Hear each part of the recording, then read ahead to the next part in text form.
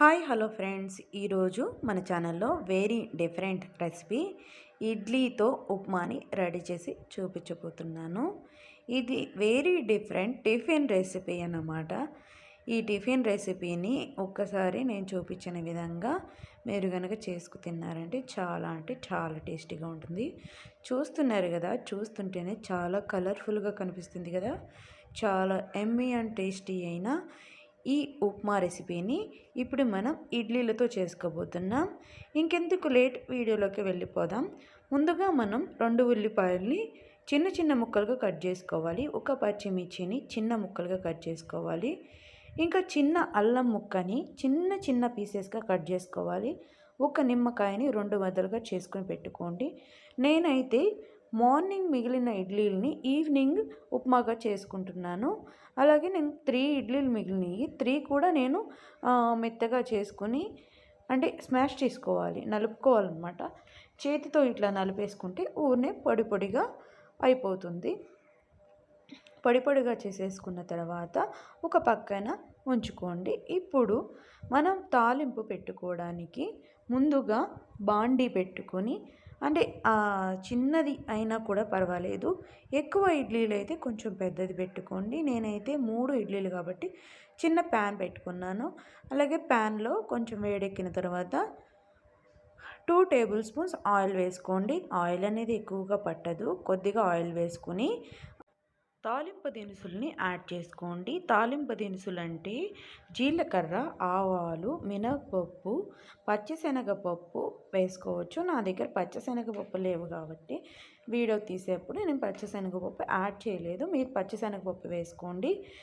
4 జీడిపప్పు పలుకులు వేసుకోండి. వేరుశనగపప్పులు 4 వేసుకోండి, బాగుంటుంది. మనం తినేప్పుడు పంటికి తగిలితే చాలా టేస్ట్ అనేది ఉంటుందన్నమాట.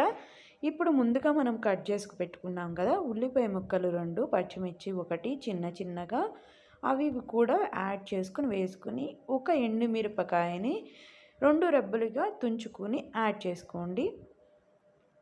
ఇప్పుడు బాగా ఫ్రై అయ్యేలాగా కలుపుకోండి.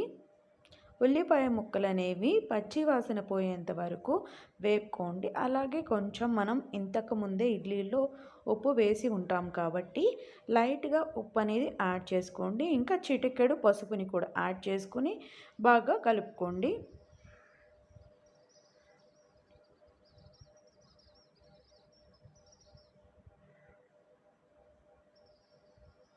ఉల్లిపాయ అనేది పచ్చి వాసన పోయేంత వరకు మీరు ఫ్రై చేసుకోవాలి. ఇప్పుడు 2 కరివేపాకు రెబ్బల్ని యాడ్ చేసుకుని ఫ్రై చేసుకోండి. ఇప్పుడు ముందుగానే మనం స్మాష్ చేసుకు పెట్టుకున్న ఇడ్లీల్ని ఇందులోకి యాడ్ చేసుకోవాలి. ప్యాన్లోకి యాడ్ చేసుకొని బాగా కలయపెట్టుకోండి.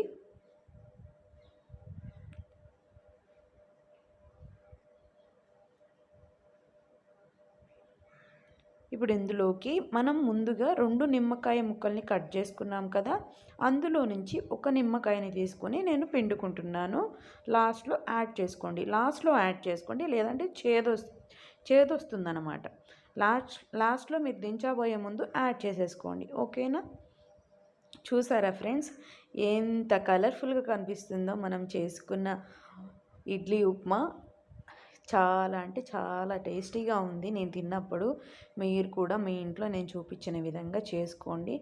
ఇలాగే కనుక మీరు ఇడ్లీ ఉప్మా చేసుకుని తిన్నారంటే అంటే చాలా టేస్టీగా ఉంటుంది. ఎప్పుడు ఇడ్లీలు మిగిలిపోయినా కూడా పడేయకుండా ఇట్లా మంచిగా టిఫిన్ రెసిపీలాగా, స్నాక్స్ రెసిపీలాగా కూడా చేసుకుని తినచ్చు.